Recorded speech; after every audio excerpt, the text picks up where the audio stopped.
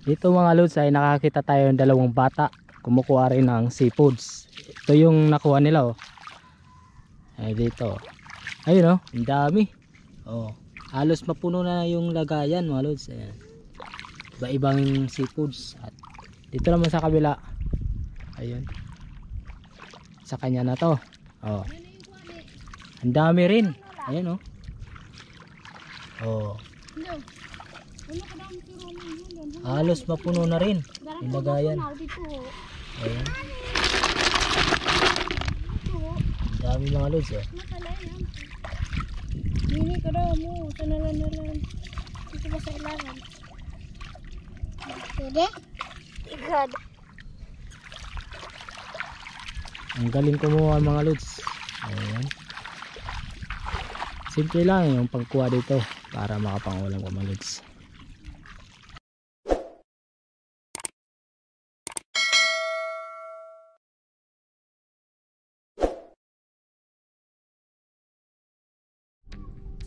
Ayun mga lods, welcome back for another day, another adventure.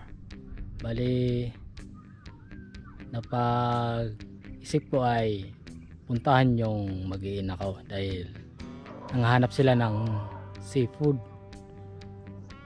Tara at samahan niyo ako para puntahan at matunghayan natin kung anong seafood yung hinahanap nila at para makapangulam. Yun, at kung bago lang sa channel na ito ay humingi po ako ng subscribe at pindot na rin sa bell button para updated kayo sa mga panibagong in-upload na kagaya nito. Yun mga lods, at punta na natin dahil yung mag-ina ko ay hindi nila alam na maghahabol ako dun sa pinangkukuhaan nila ng seafood. Yun, at tara, punta na natin.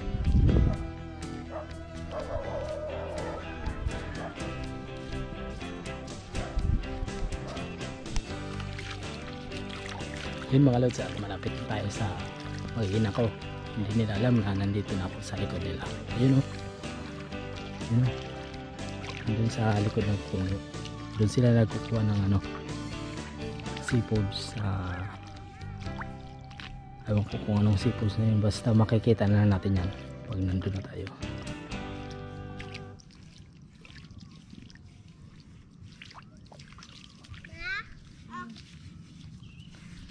Ano, nakaramo na?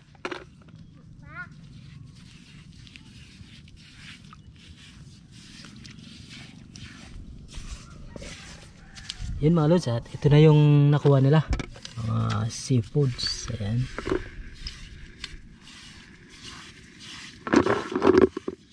Ayan. At mamaya pag medyo marami na to, lulutuin natin to para may panglibya na tayo sa ulam. Sige, hukay! Tuloy-tuloy nyo lang yung hukay natin para makakuha tayo ng pang-ulam. Bibi! Uy, husay-husay ang bibi namin. Tingnan natin mga lods kung paano nila kunin yung seafoods. Ayan. Ganyan lang yung pagkuha ng seafoods mga lods. Ayan. Ayan. Isa na. Ay, marami na pala dun sa kamay niya. Uy, yung bibi namin ang galing kumuha. Mamaya may pag-ulam na kami. Yan mga lods ang galing ng bibi namin. Si Bibi Jail. Napakagaling kumuha ng seafoods. Yan yun. Na. Bale, nagsisimula pa lang silang magkuha. Kaya samahan nyo kami mga lods para matunghayan natin kung paano sila kumuha ng seafoods. Ayan. Yung panganay ko, si Kuya Ryle. Yan, mahihain yan. Kaya bihira lang magpapakita yan sa camera. Yun.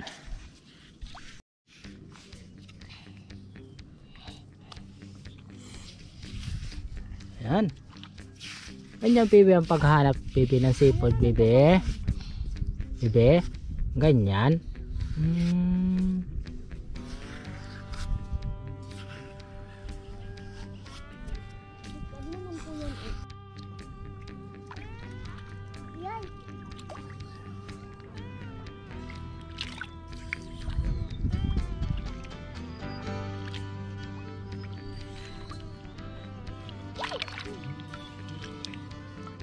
Lemon ko yan.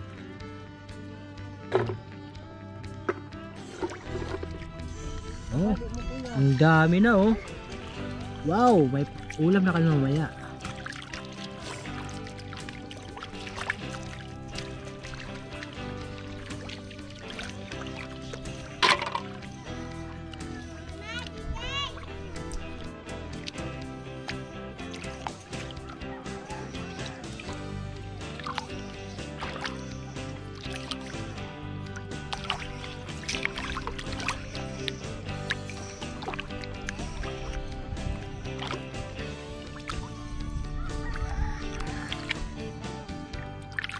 Dito mga lods ay masipag lang kayo pagkuha nito ay hindi kayo magugutom.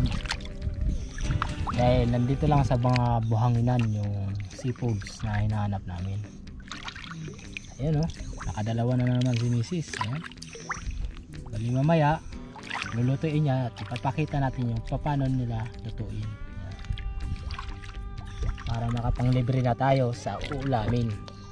Ayan.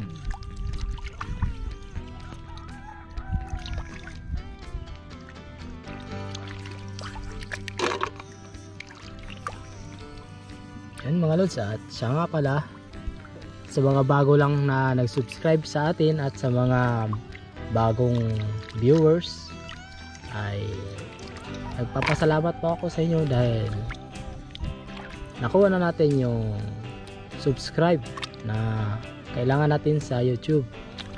Yung kulang na lang natin yung watch hour. Sana po ay masuportahan nyo yung watch hour natin para mapunuan na natin para makapag-apply tayo sa YouTube. Yun, maraming salamat po at sana po ay maging isang successful to na para makapag-apply tayo. Yan. Hindi lang ito mga lods yung papakita natin ng mga adventure. At sana po ay nandyan kayo lagi.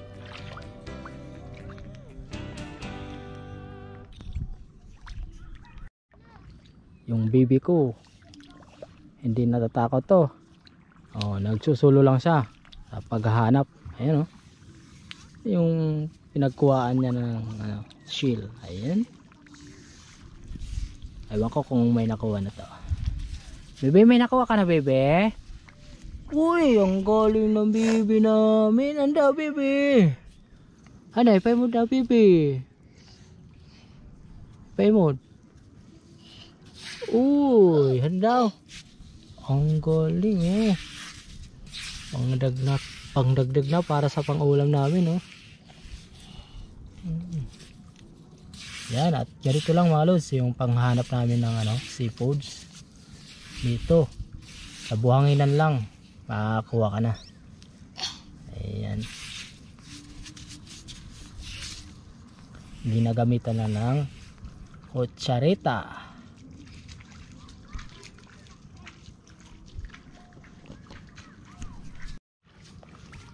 Yun mga lods, at magta-try din tayo para kung makakuha rin tayo ng ng seafoods.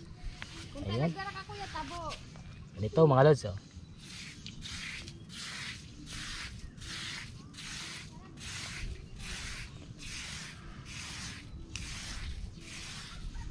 Ganito lang mga lods yung paghanap natin. Ayan. Another. Dito tayo. Hop.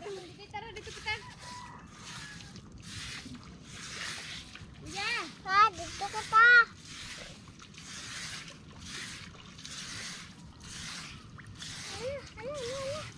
Para mabalik kita ng pwede. Mama, nalulubong ako. Ito. Ayan. Yan ang mga lods oh. Ayan. Ayan. Kagaya nito. Yun.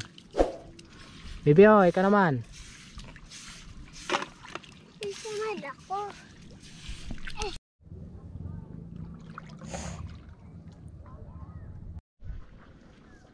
Yun mga lods, at minsan yung ibang shell ay tumatago sa mga damuhan kagaya nito mga lods oh. Pag may gaya nitong damo sa dagat ay mayroon yan, hindi mawalan. Ayan oh. Ito. Diba? Meron yan. At hanapan pa na natin. Baka nandito sa ilalim.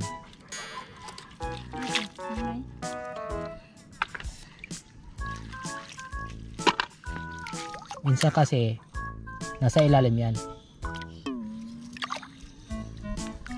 Kagaya nito mga lods. Pangalawa. Asa na bibigay yung isa? Ito na sa bibig.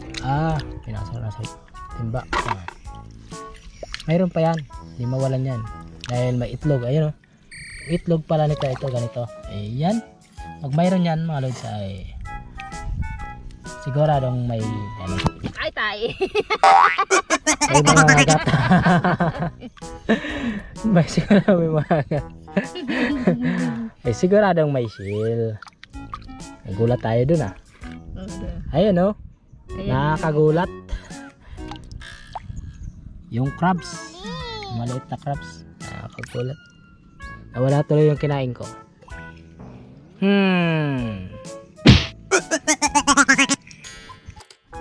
Ito mga lods pangalawa. Ayan. May damo. Titingnan natin yung ilalim nito. Baka mayroon dito. Nakatago lang. Dahil minsan tumatago lang sila dito.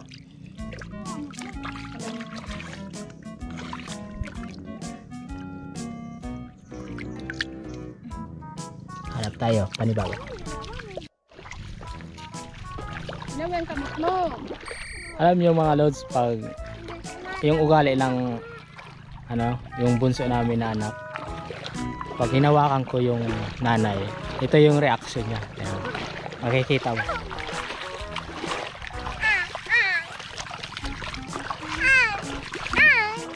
Na ano? Diba? Ganyan yan ang ugali niyan. Ayaw pahawakan yung nanay. Mati, gading kamot mo.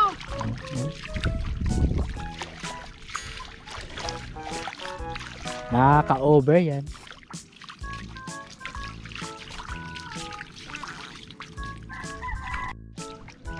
Uy, ito nakita ng baby namin Ang galing. Kunin mo baby. Kunin mo. Bilis. Uy. 3 ay 4. Ayun May isa pa. Ayun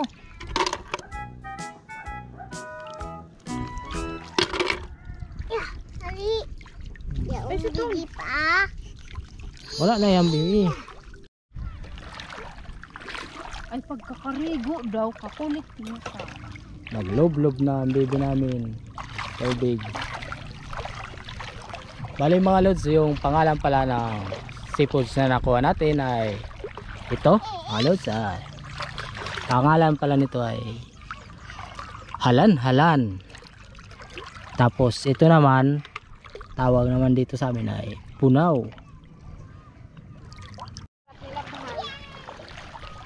Bibe, pagkakarigo ha.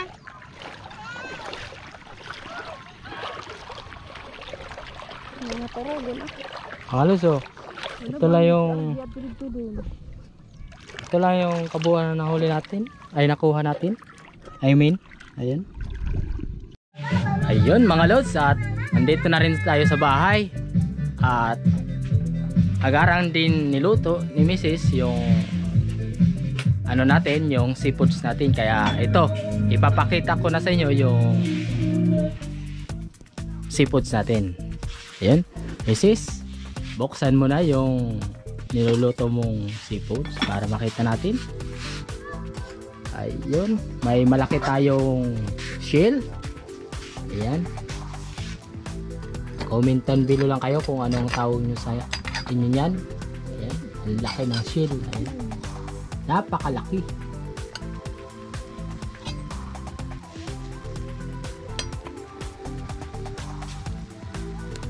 Napakalaki. Ayan. Tapos yung ibang shells natin. Ayan. Ang laki pala ng laman nito mga lods. Ayan. Yun, at tanggalin mo na Mrs. yung yung shell. Ayan. Ang laman, ang laki. Napakalaki ng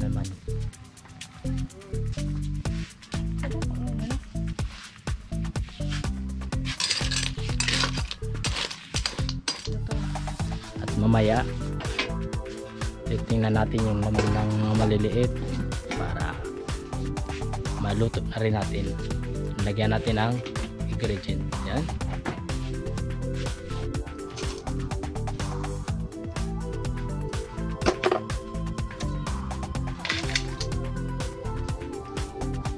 Napakalaki ng isang laman.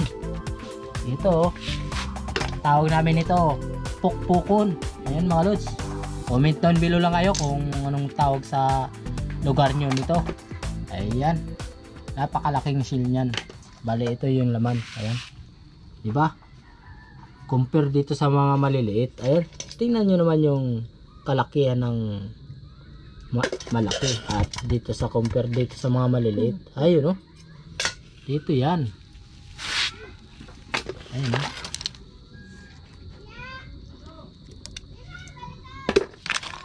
Ayan.